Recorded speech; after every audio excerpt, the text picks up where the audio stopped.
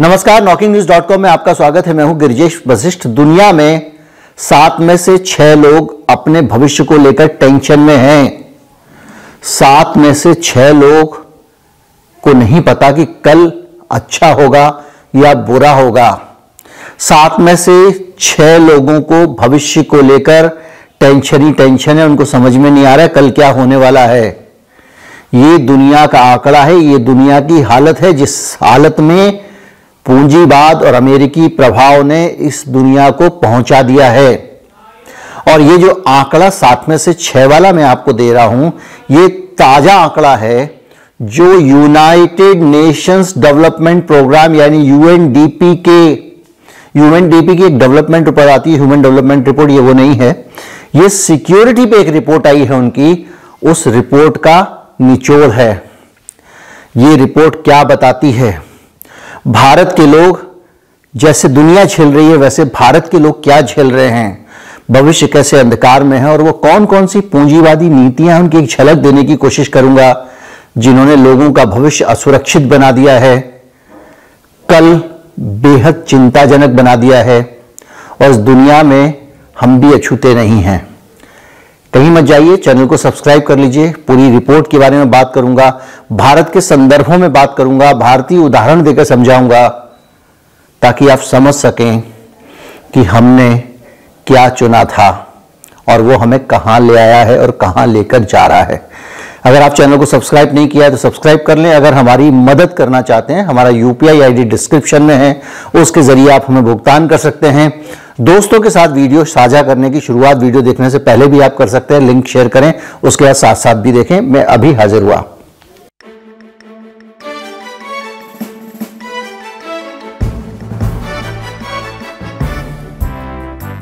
UNDP के जो administrator हैं एचिम स्टेनर, उन्होंने एक ट्वीट किया है इस रिपोर्ट को लोगों को समर्पित करने के साथ में।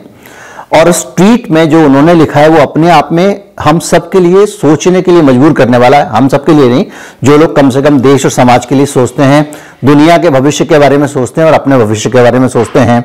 और वो ये कह रहे हैं कि दुनिया भर में दौलत बढ़ गई है, दुनिया में दौलत काफी बढ़ गई है, जीडीपी पूरी दुनिया की बढ़ी है, यानी पूरी दुनिया में प्रोडक्शन भी बढ़ गया है, पूरी दुनिया में वेल्थ भी है।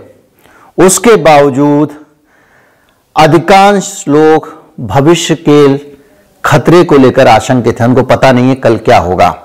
और ये रिपोर्ट कह रही है कि ये खतरा छोटा मोटा खतरा नहीं है, बहुमुखी खतरा है। अलग अलग तरह के खतरे लोग झेल रहे हैं। बेलगाम आर्थिक विकास से हमारी जो प्राकृतिक दुनिया थी, हम जो नेचुरल दुनिया थी, तारे देखते थे, आराम से रहते थे, उससे हमको दूर कर दिया और उसके कारण हम और ज्यादा दुखी और परेशान हो गए। हमारा नेचुरल थॉट प्रोसेस भी बंद हो गया। अब हमारा ब्रेन हर समय किसी न किसी दूसरे के दबाव और दूसरे के तनाव के कारण संकट में रहता है। और ये सारी बातें ये बता रहे हैं कि ये उन संकेतों को समझने का समय है। ये समय संकेत दे रहा है कि अगर अभी ध्यान नहीं दिया तो भविष्य का क्या होने वाला है। इस रिपोर्ट का जो नाम है वो है new threats of human security, new threats, नए खतरे मानव की सुरक्षा के।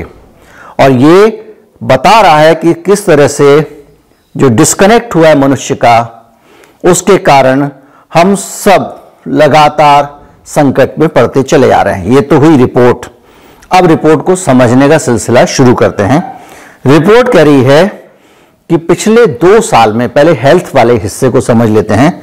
पिछले 2 साल में जो मनुष्य की लाइफ एक्सपेक्टेंसी है, जीवन प्रत्याशा है, यानी एक पैरामीटर होता है कि आदमी इतने साल तक जिएगा, वो लगातार गिरी है और रिकॉर्ड स्तर पे गिर गई है। और उसकी वजह जो है, लाइफ एक्सपेक्टेंसी के गिरने की वजह सिर्फ कोरोना महामारी नहीं है, जो दुनिया भर के इकोनॉमिक चेंजेस हैं वो भी इसके लिए जिम्मेदार हैं। और वो कह रहे हैं कि पिछले 10 सालों में सबसे ज्यादा अगर एंग्जाइटी में इस वक्त लोग हैं दुनिया के, तो इस समय है ये मेंटल हेल्थ का इश्यू आ गया। ये कोरोना का इश्यू नहीं बनता है। और ये कह रहे हैं कि हमारे पास बेहतर स्वास्थ्य की सुविधाएं हैं, इलाज नया नया आ गया है, हमारे पास में बेहतर अस्पताल हैं, संपत्ति है, शिक्षा है, उसके बावजूद जहां जहां ये चीज अच्छी है, बेहतर शिक्षा है, बेहतर ज्यादा संपत्ति है, नौकरियां हैं, और जहां जहां अस्पताल है वहीं पे लोग ज्यादा टेंशन में, भविष्य को लेकर ज्यादा असुरक्षित हैं। यानी जहां जहां ये चीजें ज्यादा हैं वहां वो असुरक्षित हैं। वो कह रहे हैं हेल्थ सेक्टर जो है वो बेहतर होने के बावजूद लोग स्वास्थ्य को लेकर आशंकित और असुरक्षित, उनको पता नहीं कि कल क्या होगा। अब इसको मैं सरल तरीके से समझाता हूं, फिर मैं नौकरियों पे आऊंगा। आप एक बात बताइए, आपके पास अच्छा अस्पताल आ गया, अच्छी नई नई दवा आ गई, नए नए हॉस्पिटल आ गए, और आपको कहा जा रहा है कि देखिए बेहतर स्वास्थ्य सुविधाएं हैं आपके यहां पे, लेकिन वो स्वास्थ्य सुविधाओं का मॉडल क्या है? वो जब मॉडल आप देखेंगे तो वो पता चलेगा कि वो पूंजीवादी मॉडल है। अस्पताल तो एक से एक आलीशान बन गए हैं, लेकिन मनुष्य उसमें इलाज कराने की हालत में नहीं है, क्योंकि इलाज का खर्च बढ़ गया है। इसके बहुत सारे कारण हैं, मैं पहले भी एक बार आपको एक वीडियो में बताया था। एक तो पूंजीवादी विकास के कारण जो आदमी भी किसी चीज को इन्वेंट करता है वो मुंह मांगी कीमत वसूलना चाहता है। आजकल जो एक एक गोली, दो दो गोली, हजार, दो हजार, चार हजार की गोली ही निकाल रहे हैं, या फिर ऐसी दवा निकाल रहे हैं जो एक बार खानी शुरू कर दी तो पूरी जिंदगी खानी पड़ेगी। ज्यादातर इलाज ऐसे ही आ रहे हैं। तो क्या हो रहा है, इलाज आया है, बेहतर इलाज है, लेकिन वो अफोर्डेबल नहीं है। अब अफोर्डेबल बनाने के नाम पर जो हॉस्पिटल लॉबी है, इंश्योरेंस लॉबी है और हेल्थ सेक्टर है, वो तीनों लोग इस बात पे दबाव देते हैं कि लोगों को स्वास्थ्य सस्ता मत करिए, इलाज महंगा होने दीजिए, क्योंकि इलाज महंगा होगा, हम ज्यादा मोटी कमाई करेंगे तो हम नई नई चीजें इन्वेंट करेंगे। तो आदमी कह रहा है भैया ठीक है, हमने इलाज महंगा होने दो, तो हम कराएंगे कैसे इलाज? तो बोले इसका इंश्योरेंस करा दो। अब इंश्योरेंस कराने से क्या हो रहा है कि इंश्योरेंस लॉबी को पैसे मिल जा रहे हैं, और आपका इंश्योरेंस तो 5 लाख का हो गया, और 5 लाख रुपए के बदले महंगाई होने के कारण इलाज आपको 2 लाख का भी नहीं मिल रहा है, 1 लाख का भी नहीं मिल रहा है। तो हो ये रहा है कि आप मेडिकल इंश्योरेंस तो करा रहे हैं, लेकिन वो पर्याप्त नहीं हो रहा है। जब आपके पास में पर्याप्त पैसे इलाज के लिए नहीं है तो टेंशन बढ़नी ही बढ़नी है, और जब टेंशन बढ़ेगी तो दुनिया झेलेगी, और झेलेगी तो असुरक्षित महसूस करेगी। ये एक स्वास्थ्य का मसला हुआ जो मैंने आपको बताया। लेकिन बेरोजगारी जो है वो ज्यादा बड़ी दिक्कत होती जा रही है, और खासतौर पे बेरोजगारी से भी ज्यादा जो नौकरी की स्थितियां हैं, जो हमारा कामकाज करने का माहौल है, जो कामकाज की परिस्थितियां हैं, उनके कारण तनाव और ज्यादा है। अब आपको सरल समझे तरीके से अगर समझना हो तो एक बात बताइए कि आज से 10 साल पहले, 15 साल पहले जब आप नौकरी करते थे तो ज्यादा सिक्योर सेफ करते थे अपनी नौकरी में, या आज करते हैं? आप अगर आज से 10 साल पहले किसी दुकान में भी काम करते थे तो भी 5, 7, 10 साल, 15 साल खींच जाते थे। बड़ी बड़ी कंपनियों में काम करते थे, आप सिक्योर महसूस करते थे। आपको लगता था कंपनी अगर मुझे निकालेगी तो मैं लेबर कोर्ट चला जाऊंगा, मैं इतने साल से काम कर रहा हूं, मेरे इतने % से बेजेस होने चाहिए। और जब भी कंपनी चूं चपड़ करती थी, साल में एक आध बार तो तुरंत कर्मचारी बाहर बैठ जाते थे धरना देने के लिए। 10 नहीं तो 15 साल पुरानी बात होगी। और बाकायदा यूनियन मुकाबला करती थी और समझौते होते थे जिसमें मोटा पैसा कर्मचारियों को मिला करता था, और उसके कारण वो सुरक्षित थे कि उनको कोई अनावश्यक तरीके से नौकरी से नहीं निकाल सकता। अगर किसी कर्मचारी को अगर नाजायज तरीके से नौकरी से निकाला, वो झट से यूनियन में चला जाता था। उसके बाद क्या हुआ, देश में पूंजीवाद आया, माननीय नरसिंह राव जी लेकर आ गए। ये मनमोहन सिंह जी वित्त मंत्री थे, ये उसके सूत्रधार थे, और धीरे धीरे करके इन्होंने नौकरियों को एक कॉन्ट्रैक्ट सिस्टम में बदल दिया। ये कहानी भारत की मैं जरूर बता रहा हूं, लेकिन पूरी दुनिया में जहां जहां पूंजीवाद आ रहा है वहां के लोग इसी दौर से गुजर रहे हैं। ऐसी ही परिस्थितियां वहां पे भी आ रही हैं। भारत के उदाहरण आसानी से समझ में आते हैं, इसलिए मैं आपको भारत का उदाहरण दे रहा हूं।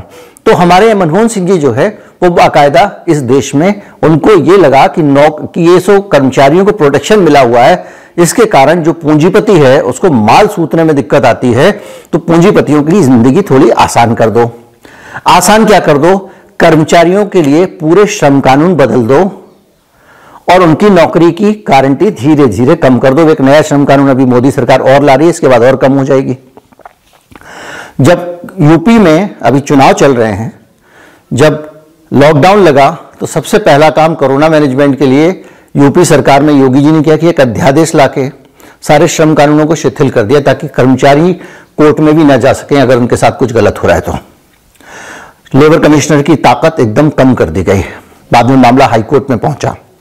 तो इस तरह से लगातार धीरे धीरे धीरे करके 20-25 साल में जैसे भारत में हुआ है, कर्मचारी की नौकरी अनसेफ हो गई है, इनसिक्योर हो गई है, वैसे पूरी दुनिया में भी हुई है। यानी आपकी नौकरी कच्ची, अगर आपके बॉस को अच्छा नहीं लगेगा तो कल आपके घर पे एक मेल आ जाएगा और 1 महीने का वेतन आ जाएगा, कल से मत आना। 3 साल के कॉन्ट्रैक्ट पे भारत में क्या पूरी दुनिया में लोग कॉन्ट्रैक्ट पे नौकरियां कर रहे हैं और वो कॉन्ट्रैक्ट रिन्यू कराना पड़ता है। अगर एम्प्लॉयर को आपका कोई भी चीज अच्छी नहीं लगी तो आपका कॉन्ट्रैक्ट कैंसिल कर देगा। तो इस तरह से क्या है कि आपके सर पे लगातार तलवार लटक रही है। हर साल जो इंक्रीमेंट है वो इंक्रीमेंट भी आपको मुश्किल से मिलता है, कभी लेट होकर मिलता है, कभी पिछले साल का पेंडिंग चलता रहता है, कभी बहुत कम मिलता है और आप कुछ नहीं कर सकते इस मामले में। तो ये जो आपकी ग्रोथ है अनसर्टेन है। इसके साथ ही क्या हुआ कि आपके जीवन में बहुत सारे बंधन आने शुरू हो गए, यानी आपकी कमाई का कल का भरोसा नहीं है, लेकिन इस बाजार ने, उस कैपिटलिस्ट सिस्टम ने आपकी कल की कमाई को लेकर आपसे अनुबंध कर लिया।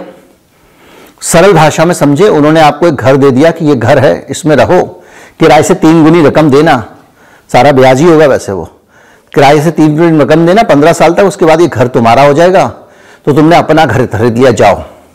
अब जैसे ही अपना घर खरीदा आपने, आपकी इनसिक्योरिटी, ये पूरी वीडियो इनसिक्योरिटी के ऊपर ध्यान रखिए, आपकी जो इनसिक्योरिटी है वो और बढ़ गई, क्योंकि आपका बॉस अगर टेढ़ा होकर बोल रहा है तो आपको रात को नींद नहीं आ रही, पता नहीं नौकरी से निकाल देगा तो क्या होगा, मैं ईएमआई कैसे चुकाऊंगा। बॉस को पूरे अधिकार हैं, यानी आपकी आय आमदनी के जो जरिए थे वो अनिश्चित हो गए और खर्चे निश्चित होते जा रहे हैं, भविष्य के खर्चे। आप कार में भी ईएमआई में कार ले लेते हैं या कुछ कर लेते हैं, तो आपके ऊपर एक लगातार असुरक्षा की भावना हावी होती जाती है और ये जो कामकाज की स्थितियां हैं ये आपको लगातार कमजोर कर रही हैं। और अब अगर इसी को आप व्यापार से जोड़ के देखें तो व्यापार की दुनिया में भी यही हो रहा है। बहुत सारे ऐसे नियम आ रहे हैं, ऐसे तरीके अपना रही हैं बड़ी बड़ी कंपनियां, जिनमें छोटे व्यापारी का भी कल का भरोसा नहीं रहा। 2-3 उदाहरण मैं आपको दे देता हूं। जियो करके जियो मार्ट जब लेके आया तो उसने एक काम कर दिया। जियो मार्ट ने कहा कि ये जो डिस्ट्रीब्यूटर होते हैं इनका काम खत्म, आप एप्लीकेशन से सीधे रिटेलर मुझसे सामान ले लेगा। अब आप कल्पना कीजिए 4 लाख डिस्ट्रीब्यूटर्स इस समय देश भर में, और 4 लाख डिस्ट्रीब्यूटर मतलब एक एक अगर 50-50 कर्मचारी भी हैं तो वो लोग धक्के खा रहे हैं, अदालत जा रहे हैं कि कल के दिन अगर डिस्ट्रीब्यूटर का काम खत्म हो गया, इसी तरह से एप्लीकेशन से सीधे कंपनी रिटेलर को सामान देने लगी, तो हम लोग कहां जाएंगे। अब देखिए, जो डिस्ट्रीब्यूटर सालों से एक संस्था थी जो अपने आप को सिक्योर अनुभव करता था, वो इनसिक्योर हो गया। यूएनडीपी की रिपोर्ट कहती है 7 में से 6 लोग इनसिक्योर अनुभव कर रहे हैं दुनिया में, और उसकी वजह यही नीतियां हैं और ये पूरी दुनिया में चल रहा है। इसको भारत से जोड़ के मत देखिए। तो पता चला कि उसने डिस्ट्रीब्यूटर खत्म कर दिया।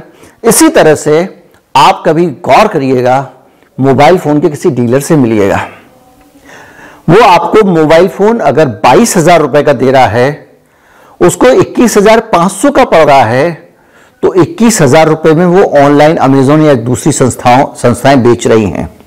यानी डीलर को जिस रेट में सामान मिल रहा है उससे सस्ता सामान ऑनलाइन उपलब्ध है। कंपनियां अपनी पहुंच बढ़ाने के लिए, अपनी बिक्री बढ़ाने के लिए ऑनलाइन प्लेटफॉर्म्स को सस्ते में सामान दे देती हैं, रिटेलर को महंगे में सामान दे रही हैं। और इससे क्या हुआ है कि जो रिटेलर है उसकी इनसिक्योरिटी बढ़ गई, उसका काम धंधा अटक गया। इसी तरह से हर धंधे के साथ कुछ ना कुछ उल्टा सीधा चिपका हुआ है। और ये सब पूंजीवादी आर्थिक विकास के साथ साथ जो छोटे लोग हैं उनको बड़ी मछलियां हड़प रही हैं। छोटे छोटे व्यापारी धीरे धीरे करके जो अपने आप को लाला समझते थे वो अब गुलाम बनते जा रहे हैं, क्योंकि आने वाले समय में जब जियो सीधे डिस्ट्रीब्यूटर को काट के सामान रिटेलर को देगा तो वही सामान दूसरी कंपनी का जो रिटेलर के जरिए आ रहा है वो कंपनी खुद भी उस दाम पर नहीं दे पाएगी जिस पे जियो देगा, और जो रिटेलर है वो अब जियो का अधीनस्थ होकर काम करेगा, ना कि वो एक लाला के तौर पर, एक दुकानदार के तौर पे, एक बिजनेसमैन के तौर पे जैसे एक्ट करता था। धीरे धीरे उसकी एक स्लेवरी आ रही है और कमाई भी कम हो रही है और वो स्वाद को लेकर चिंता में है।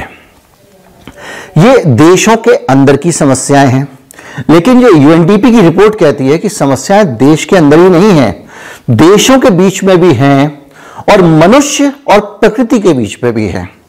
अब मनुष्य और प्रकृति के बीच की समस्याओं पे जाऊंगा तो लगेगा टाइम।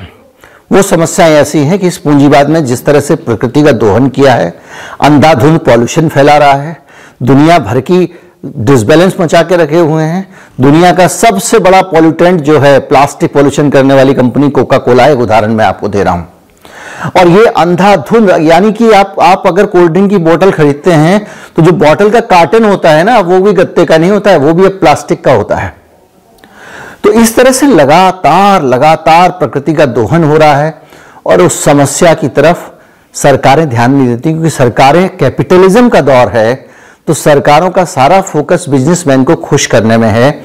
इतना इन्वेस्टमेंट आ गया, इतने का कारोबार बढ़ गया, ये कंपनी ग्रो कर गई, उनको इसी से मतलब है और उनको लगता है इसी से खुशहाली आएगी।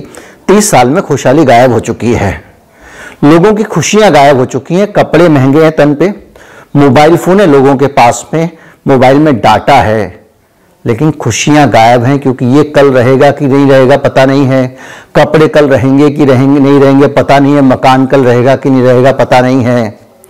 दिल लगा लिया है और बेवफाई का खतरा है। ये लगातार हर तरफ चल रहा है। तो जैसा मैंने अभी आपको बताया कि प्रकृति के साथ में, अब आप आ जाइए मनुष्य के, देश के अंदर नहीं, देश के बाहर। पूरी दुनिया में आग लगी हुई है और हथियारों की बिक्री के चक्कर में जो बड़े बड़े देश हैं, पूंजीवादी देश हैं, वो एक देश को दूसरे देश से लड़ा रहे हैं, आग लगाने में लगे हुए हैं। माचिस की तीली नहीं, पेट्रोल लेकर भी लगे हुए हैं। और आज इनसिक्योरिटी की एक सबसे बड़ी वजह भी ये है कि दुनिया के बहुत सारे देशों में हर समय कुछ ना कुछ युद्ध, कुछ ना कुछ हिंसा, मारकाट चलती रहती है। जो आंकड़ा इस रिपोर्ट में दिया गया है यूएनडीपी की, वो यूएनडीपी की जो सिक्योरिटी पे रिपोर्ट है, वो कह रही है कि पूरी दुनिया में अशांति फैली हुई है और कोल्ड वार के बाद, यानी सोवियत संघ के खत्म होने के बाद, अब हथियारों पर होने वाला खर्च रिकॉर्ड लेवल पर पहुंच गया है। यानी इससे ज्यादा हथियारों पे कभी खर्च नहीं हुआ। 2 लाख करोड़ डॉलर हथियारों पे एक साल में खर्च हो रहे हैं और 2021 में 2 लाख करोड़ डॉलर यानी 242 लाख करोड़ रुपए सिर्फ हथियारों पे खर्च कर दिए गए हैं। पूरी दुनिया के देशों ने हथियार पे खर्च कर दिए हैं। कल का वीडियो परसों का मैंने बताया था, तो कुछ लोग कमेंट में लिख रहे थे कि यह हथियार और युद्ध शांति के लिए ज़रूरी है। बहुत परिपक्व सोच नहीं है ये। आप अंदाज़ा लगाइए कि अगर इतने हथियार बिक रहे हैं तो शांति होनी चाहिए, लेकिन 120 करोड़ लोग इस धरती के, 120 करोड़ लोग यानी कि भारत की आबादी के करीब करीब आसपास लोग ऐसी जगहों पर रहते हैं जहां पे कन्फ्लिक्ट चल रहा है, यानी कि टकराव चल रहा है। लगातार कोई ना कोई युद्ध, टकराव, जैसे अफ़गानिस्तान में है, जैसे दूसरी जगहों पे चल रहा है, और उसमें से आधे यानी 156 करोड़ लोग ऐसी जगहों पर रहते हैं जिनको अभी तक हम मानते थे कि स्थिर जगह हैं, यहाँ कोई टकराव नहीं है, ये यहाँ युद्ध नहीं होगा, ये जगह शांत हैं, जैसे भारत को हम अभी तक मानते हैं। उन जगहों पर यानी आधी जगह ऐसी हैं इनमें से, जो आधी जगह जहाँ कन्फ्लिक्ट चल रहा है, उन जगहों में से आधी ऐसी हैं जिनको पहले स्थिर जगह माना जाता था कि यहाँ पे कन्फ्लिक्ट नहीं होगा। यानी कन्फ्लिक्ट वाली जगहों की संख्या पहले से डबल हो गई है। हथियारों की बिक्री से अगर शांति होती तो यहाँ शांति हो जाती। इसके अलावा रिपोर्ट कहती है कि जो शांति है और जो स्थिरता है, उसको लेकर अभी तक की जो समझ थी उसको बदलने की ज़रूरत है। तो अब आप एक बात सोचिए, हम किस तरफ बढ़ रहे हैं। हमने पूंजीवाद का मॉडल चुना और हमने इंसानियत को खो दिया। हम सब असुरक्षित हैं। अब बहुत हुआ ट्रिकल डाउन थ्योरी कि अमीरों को धन देते रहो, उनके पास से झड़ते झड़ते नीचे आ जाएगा। ट्रिकल डाउन थ्योरी आपने शायद नहीं पढ़ी हो तो उसको सरल तरीके से समझा देता हूँ। आपने कुछ ऐसी तस्वीरें देखी होंगी जिसमें बहुत सारे एक गिलास होते हैं जिसको कहते हैं जाम, और वो एक के ऊपर एक सजा के रख दिए जाते हैं और सबसे ऊपर एक गिलास होता है और उनको इस तरीके से सजा के रखा जाता है कि ऊपर वाले गिलास में आप शैंपेन डालते जाते हैं और जब वो ओवरफ्लो होता है तो वो नीचे के गिलासों में आता है। जब नीचे के गिलास भरते हैं तो उसके नीचे के गिलासों में आता है। तो ट्रिकल डाउन थ्योरी ये कहती है कि पूंजीपति का भला करो, वो काम धंधा कारोबार करेगा तो समाज में नीचे अपने आप सब कुछ आता जाएगा। लेकिन दिक्कत ये हो रही है कि पूंजीपति ऊपर अपना आकार बढ़ाता जा रहा है और ये हमने देखा है। तो जो सबसे नीचे वाले लोग हैं वो डिप्राइव्ड के डिप्राइव्ड ही बने हुए हैं।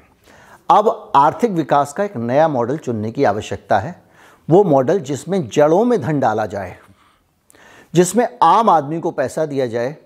जैसे कि हमारे देश में नरेगा मनरेगा जैसी योजना है या दूसरी योजना है, गरीब आदमी को पैसे दो, सब्सिडी दो, चीज़ें सस्ती कर दो, तो क्या होगा, वो ज़्यादा से ज़्यादा चीज़ें खरीद पाएगा। जब वो चीज़ें खरीदेगा तो बाज़ार में ज़्यादा चीज़ें आएंगी। जब बाज़ार में ज़्यादा चीज़ें आएंगी तो उद्योगपति का धंधा भी चलेगा। और जो उद्योगपति आज सरकारी सहायता से, सरकारी बेल आउट पैकेज से, सरकार के टैक्स कट करने से पैसे कमा रहा है, वो अपना माल बेचकर पैसे कमाएगा। और उस उद्योगपति का जो कमिटमेंट होगा वो भी ग्राहक के लिए होगा, आम नागरिक के लिए होगा। आज तो उसको पता है कि मुझे क्या करना है, मुझे एयरपोर्ट चाहिए, मैं अटैचियाँ चढ़ा के आ जाऊँगा, स्विस बैंक के अकाउंट में नेताजी के पैसे डाल दूंगा, मुझे 5-6 एयरपोर्ट का ठेका मिल जाएगा। सोच रहा उद्योगपति, जिस दिन उसको पता चल जाएगा कि मुझे एयरपोर्ट चाहिए तो मुझे ज़्यादा से ज़्यादा सेवाएं अपने ग्राहक को देनी पड़ेंगी, सरकार की तरफ से कुछ नहीं मिलने वाला है, तो वो सारा फोकस ग्राहक को मनाने में लगा देगा। और ये दुनिया जब रूट के अंदर इरिगेशन करोगे तभी आगे बढ़ेगी। ये लूट की थ्योरी है जिसको ट्रिकल डाउन थ्योरी कहा जाता है, ये फेल हो चुकी है। और इस तरह का पूंजीवाद अब मनुष्य के गले तक, नाक तक पानी आ गया है और ये रिपोर्ट वही कहती है। इसको ख़त्म करने की आवश्यकता है। अमेरिकी गुलामी का जुआ उखा कर फेंक देने की आवश्यकता है। दुर्भाग्य से जिस दिन ये रिपोर्ट आती है उस दिन देश के हर टीवी चैनल पर 2 नेता प्रचार कर रहे हैं अपनी पार्टी का।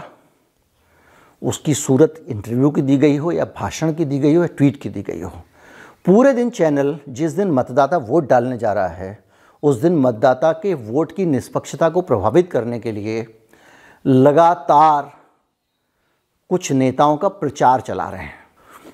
और ये उस दिन हो रहा है जब यूएन की इंसानियत के लिए सबसे इम्पॉर्टेंट रिपोर्ट आई है।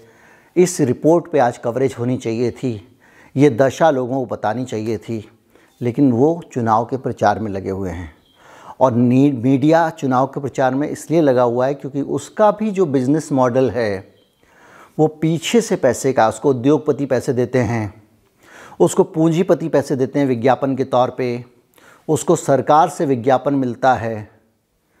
तो वो जब चैनल बनाएगा तो उन लोगों का ख्याल रख के बनाएगा या आम दर्शक का ख्याल रख के बनाएगा। दुर्भाग्य से इस देश में जब कंडीशनल एक्सेस सिस्टम आया तो जो आम आदमी है उसका ध्यान चैनल रखें, इसलिए इसको सब्सक्रिप्शन बेस्ड बनाया गया कि आप जनता से पैसे लो, चैनल देखने के पैसे लो। लेकिन विज्ञापन वाला मॉडल भी चलता रहा तो उसको लगता है ये तो चैनल खरीद ही लिया इसने, तो देखेगा ही 40 रुपये दे के, 30 रुपये दे के, 20 रुपये दे के या 5 रुपये दे के, तो मैं इधर से पैसे ज़्यादा लूँ।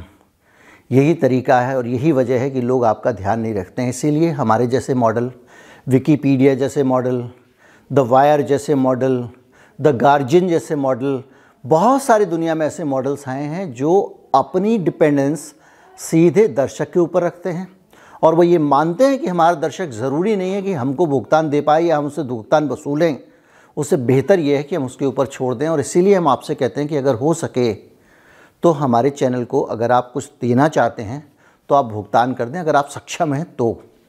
UPI ID डिस्क्रिप्शन में है, एक बारकोड स्क्रीन पर आपको दिखाई देगा, उसके ज़रिए भी आप भुगतान कर सकते हैं। ज़्यादा से ज़्यादा लोगों तक चैनल को पहुंचाएं, वीडियो को शेयर करें, दबा के शेयर करें। इंसानियत की चुनौतियां जब तक ज़्यादातर लोगों को पता नहीं चलेंगी, इस समाज में प्राथमिकताएं नहीं बदलेंगी। वोट जनता से मिलता है तो नेता जनता को ही सलाम करता है। ये अलग बात है कि उसको वोट लेने के लिए नोट खर्च करने पड़ते हैं, इसलिए उसका ध्यान नोट वालों की तरफ चला जाता है। उम्मीद करता हूँ मेरा मंतव्य आप समझ गए होंगे। नमस्कार, जय हिंद।